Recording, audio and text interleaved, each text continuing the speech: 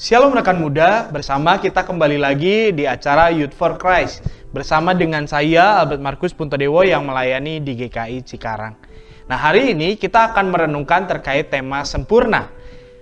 Dasar perenungan kita diambil dari Matius 5 ayat 43 sampai 48. Tetapi sebelum kita masuk dalam perenungan kita, mari kita bersatu dalam doa. Terima kasih Tuhan atas segala anugerah dan berkat yang Tuhan berikan kepada kami. Terima kasih juga atas kesempatan yang senantiasa Tuhan berikan kepada kami untuk kami jalani di hari-hari kami. Mungkin di dalam keseharian kami Tuhan, kami belumlah menjadi anak Tuhan yang sempurna. Karena kami menyadari bahwa kami punya kelemahan, kami punya kekurangan di dalam diri kami. Tetapi kami percaya bahwa ketika Kristus menuntun kami dapat mengalami transformasi diri. Dan oleh karena itu Tuhan, hari ini kami mau bersama merenungkan firman Tuhan. Sehingga kami dapat melakukan transformasi diri dalam diri kami oleh tuntunan firman Tuhan. Oleh karena itu Tuhan, kiranya Engkaulah yang memberi kami hikmat. Sehingga kami dapat memahami apa yang Tuhan sampaikan, apa yang Tuhan inginkan dalam kehidupan kami. Dan dapat melakukannya dalam kehidupan keseharian kami. Di dalam nama Kristus Yesus kami berdoa dan bersyukur. Amin.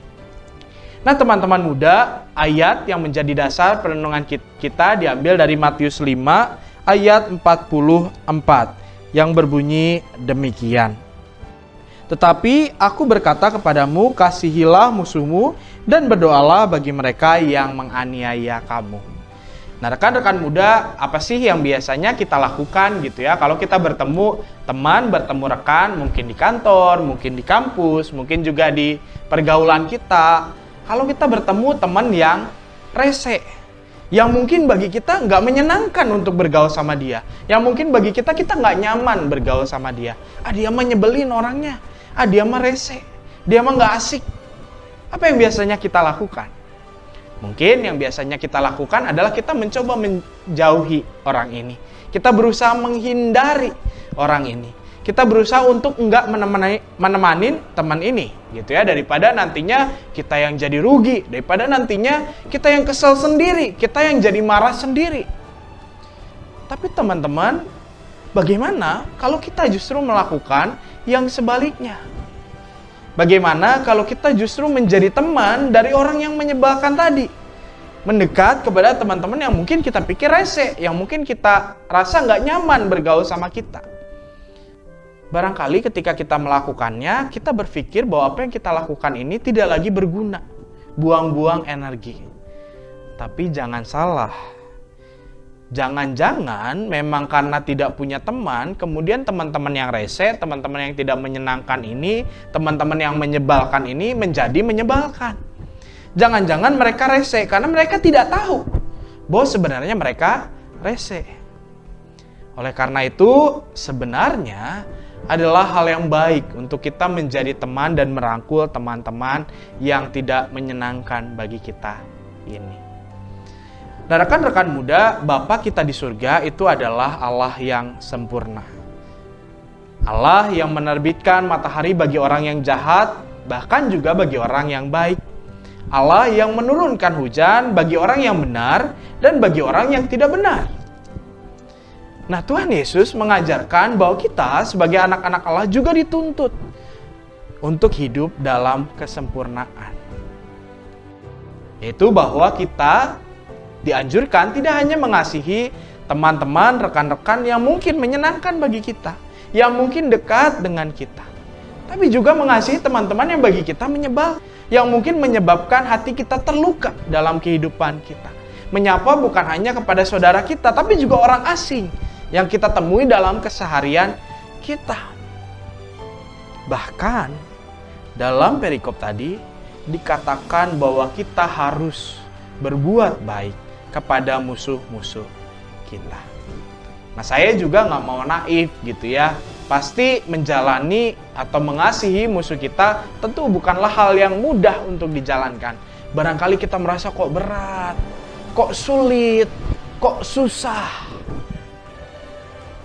Tapi teman-teman ingat bahwa jalan mengikut Kristus memang bukanlah jalan yang mudah. Jalan mengikut Kristus adalah kita memikul salib kita. sebagai anak-anak Allah, kita punya tantangan dalam kehidupan kita. Tapi percayalah bahwa ketika kita memulai menjalaninya dan akhirnya menjadi kebiasaan kita, kita kemudian jadi merasa terbiasa melakukan perbuatan baik tanpa pilih-pilih, tanpa memandang siapapun yang ada di depan kita. Saat datang ke kantor, kita coba untuk menyapa rekan-rekan kita. Ketika ada postingan di Instagram kita, di sosial media kita yang lain, berilah komentar-komentar yang baik. Dan makin lama itu akan menjadi kebiasaan baik dalam hidup kita. Meski ada orang yang mungkin gak suka sama kita, ada orang yang mungkin memusuhi kita, tapi marilah kita tetap berusaha untuk berteman dengan mereka. Mari kita bersama tutup renungan kita ini dalam doa. Mari kita berdoa. Ya Allah, kami menyadari bahwa kehidupan kami sebagai pengikut Kristus bukanlah kehidupan yang mudah, tapi adalah kehidupan yang penuh tantangan, kehidupan yang memikul salib, termasuk ketika kami diharuskan untuk mengasihi orang-orang yang barangkali tidak kami sukai untuk kami kasihi, mengasihi orang-orang yang barangkali melukai kami, mengasihi orang yang barangkali jadi musuh kami. Tuhan, kami sadari bahwa itu semua berat untuk kami jalani. Oleh karena itu Tuhan, kami mau memohon tuntunan-Mu, bimbingan-Mu Tuhan, dan pertolongan-Mu. Sehingga melalui kekuatan yang Kau berikan ya Tuhan, melalui anugerah-Mu, kami dapat sungguh-sungguh mengasihi tanpa pilih kasih di dalam kehidupan kami. Menyapa sanak saudara kami, tapi juga menyapa orang yang asing bagi kami dan kami temui dalam keseharian kami. Mengasihi orang yang baik kepada kami, tapi juga mengasihi orang yang melukai kami. Ajarlah kami selalu Tuhan, sehingga kami dapat semakin menjadi serupa dengan Kristus. Di dalam nama Yesus Kristus, kami berdoa dan memohon. Amin.